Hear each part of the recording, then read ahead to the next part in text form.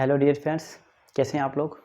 आज हम जो है लेक्चर एक डिस्कस करने जा रहे हैं। हमारे पास है मॉर्गेज के टाइप में हमारे पास mortgage by deposit of title deed, ठीक है, या फिर इसको इक्विटेबल मॉर्गेज भी कहा जाता है। आइए इसके हम डेफिनेशन देख लेते हैं कि इसकी डेफिनेशन है क्या। ये मॉर्गेज क्या है। मॉर्गेज ये हमारे पास से कोई भी गिरवी हम रखते हैं, और गिरवी जो है किस तरह रखी जाती है। फॉर एग्जांपल हमारे पास दो पार्टीज हैं, यहाँ पर दो पार्टीज का होना ज़रूरी है, जैसा कि एक है ए और ये बी है, कोई भी शख्स, ठीक है।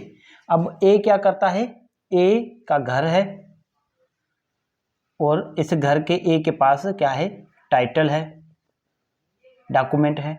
टाइटल मतलब घर के डॉक्यूमेंट्स, दस्तावेज, इंस्ट्रूमेंट।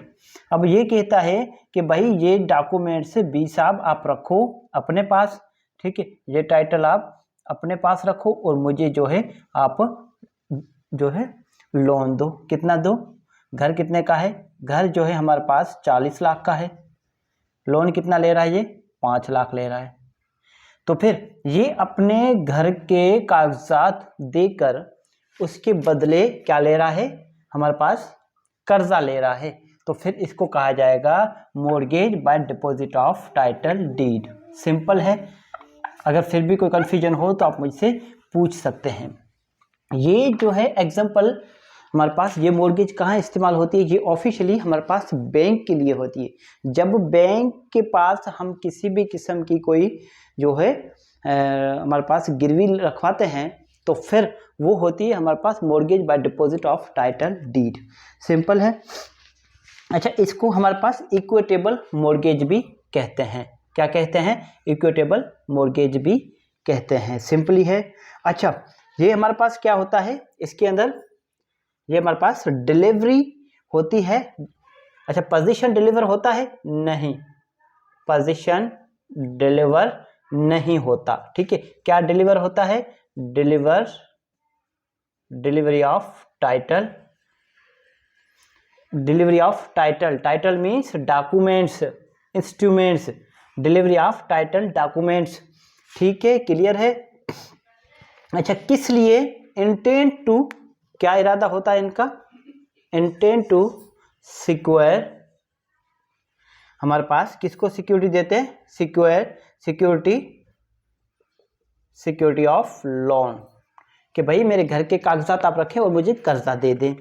आ रही बात समझ में। और इसका एसेंशियल क्या है, ये हमारे पास एक स्पेशल टाइप ऑफ मॉर्गेज होता है, जिसके अंदर हमारे पास एग्जीक्यूशन जो है वो मॉर्गेज डीड बनाना नेसेसरी नहीं होता।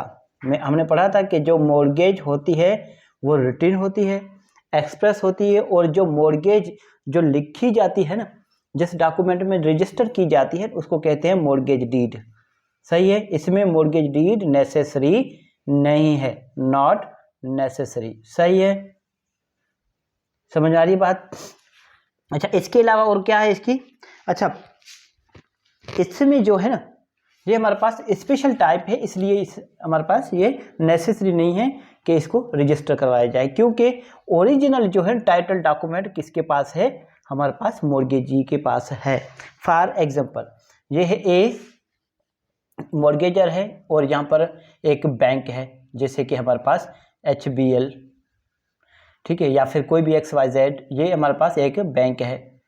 ये बैंक के पास जाता है अपने घर के कागज लेकर, डॉक्यूमेंट्स लेकर, कागजात वहाँ पर जमा कर दिए और उनसे कर्जा ले लिया, ठीक है। अब जो है टाइटल डॉक्यूमेंट होना चाहिए। एक चीज़ होती है टाइटल और दूसरा होता है उसी टाइटल की एंट्री।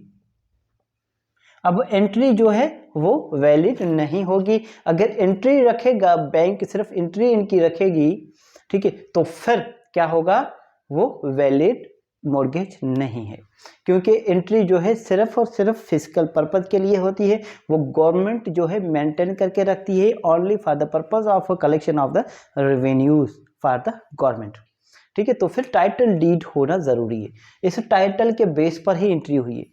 अगर टाइटल ट्रांसफर हो जाए तो एंट्री की क्या अहमियत है, इस एंट्री की जगह पर दूसरी एंट्री आ जाएगी, सिंपल, ठीक है।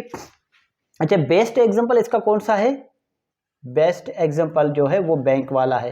बेस्ट एग्जांपल जो है वो बैंक है, बैंक लोन। सही है, क्लियर है। बैंक लोन देता है और इसका टाइटल डॉक्यूमेंट इसके पास रहता है और इसकी जो एंट्री है, इसके बेस पर जो एंट्री हुई है उस एंट्री पर एक नोट आ जाएगा। किसका नोट? मॉर्गेज का, कि भाई ये प्रॉपर्टी मॉर्गेज हो चुकी है, ठीक है। और इस टाइटल के बेस पर अब कोई इसको पैसे ना दे को, ऐसा नहीं है वो अपने नाम पर ट्रांसफ़र करवा दे और ये जो प्रॉपर्टी यहाँ पर पहले से ही गिरवी पड़ी है, तो फिर यहाँ से क्लियर सर्टिफिकेट नहीं मिलेगा। सिंपल है।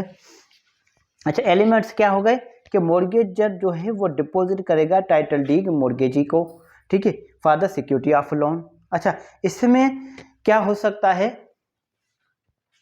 कि हमारे पास सूट दाखिल कर सकते हैं सेल के लिए। रेमेडी क्या है इसके पास? अगर पैसे वापस ना दे तो बैंक के पास, तो बैंक जो है उसकी नीलामी कर सकती है और अपने मॉर्गेज मनी जो है उसमें से हमारे पास निकाल सकते हैं।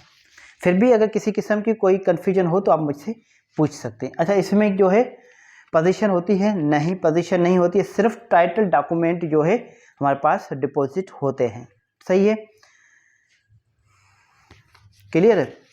अगर यहाँ तक क्लियर है तो इसके बाद हम एक और टाइप डिस्कस करेंगे, हमारे पास लास्ट टाइप है वो डिस्कस करेंगे। अच्छा, दो है हमारे पास, एक है इंग्लिश और एक है हमारे पास डिपॉजिट बाय, दो हमारे पास है कंडीशनल सेल। उसका डिफरेंस है वो अलग हम लेक्चर में डिस्कस कर लेंगे, मगर यही तो बस यही होता है कि जो घर के कागजात होते हैं, प्रॉपर्टी के जो कागजात होते हैं, वो प्रॉपर्टी के कागजात लेकर किसी शख्स के पास जाएं हम, डॉक्यूमेंट्स, इसके ओरिजिनल डॉक्यूमेंट्स लेकर, उसकी फ़ोटोकॉपी नहीं, उसके ओरिजिनल डॉक्यूमेंट्स, और वो डॉक्यूमेंट्स उनके पास रखवा के बिना कब्जा दिए हुए प्रॉपर्टी का उनसे हम पैसे लें, तो ये कहलाएगा हमारे पास मॉर्गेज। कौन सा type? Mortgage by deposit of title deed, या फिर इसको कहा जाएगा इक्विटेबल मॉर्गेज। ठीक है, थैंक यू सो मच।